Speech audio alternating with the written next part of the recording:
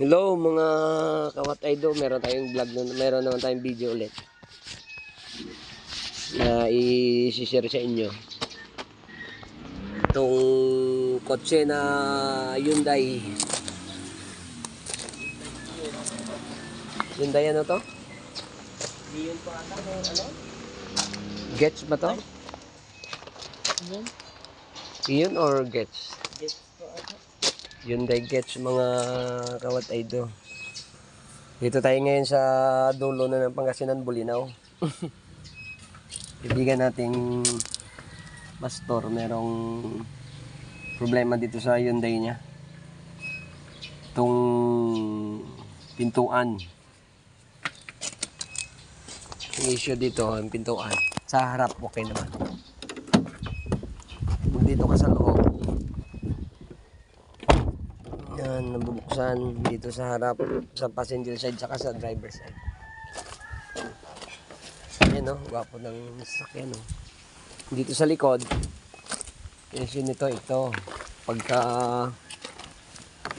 dito ka na sa loob, pag bunoksan, yun na, yung yan o, ayaw. Minsan parang ayaw magbukas. Kaya kailangan pang dukutin dito sa loob. Ang sikreto nito mga kabadito, wala namang sira to eh. Nagkamali lang, may naipindot lang. Kaya pag dinala sa talyer, akala natin malaki naman yung sira. Papaayos, malaki gastos. Yung technique nito, pagka ganyan, pagka Hyundai Gets yung, anong model to? 2012 model. Ang technique nito, pagka ganyan, ayaw na ganito, akala mo sira na. Pero pag dito sa labas, bubuksan, pero pag dito, hindi. Ito lang, turo natin sa inyo para pag meron kayong issue nito, ay turo natin sa inyo. Pero yung sa kabilang side, binuksan natin. Ito. Tiningnan natin yung pinaka tawag nito, yung mechanism niya. Kailangan din buksan, binuksan na natin. Ito na yung mga mga gamit.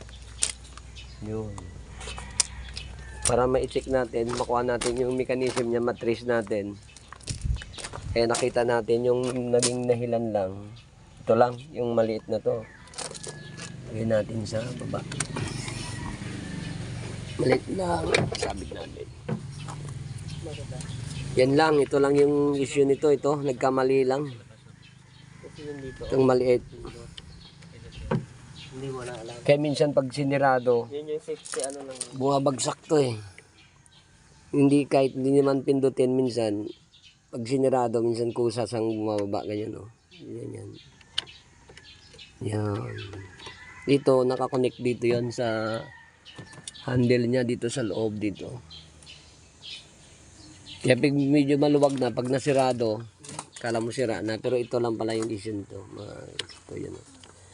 Tulad dito sa kabila, pakita natin.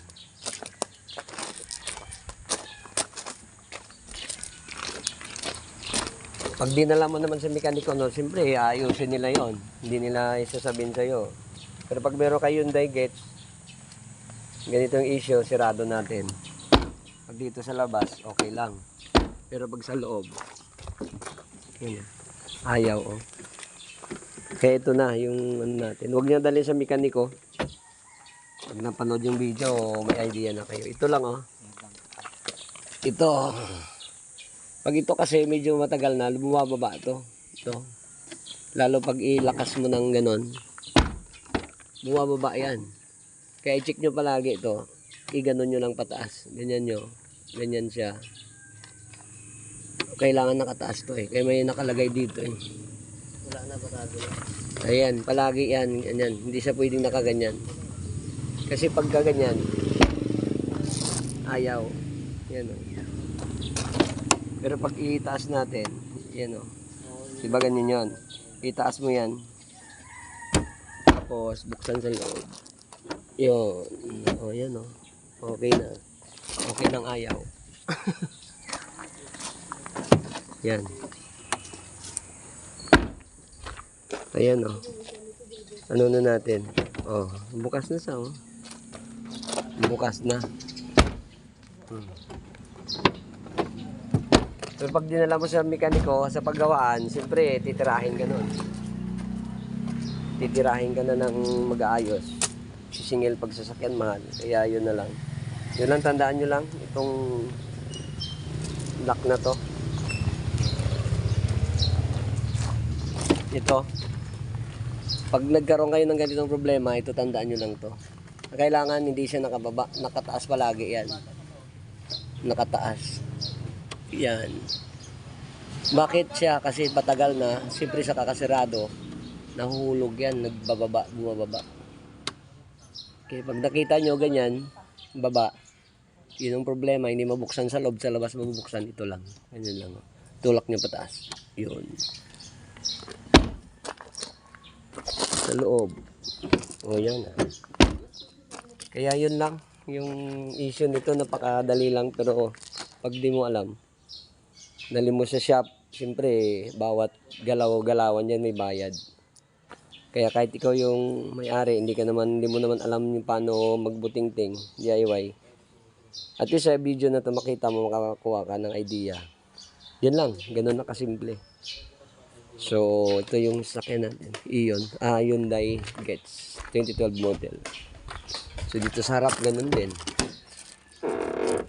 Yung sa harap, wala. Sa likod lang. Yung Ion pala. Yung Getz. Wala pala ganyan dito. Sa likod lang lahat. So, yun na yung issue. So, salamat mga kawat idol.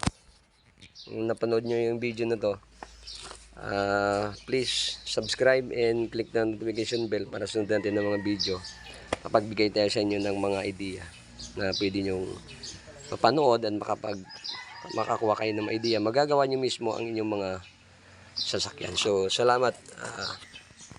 God bless.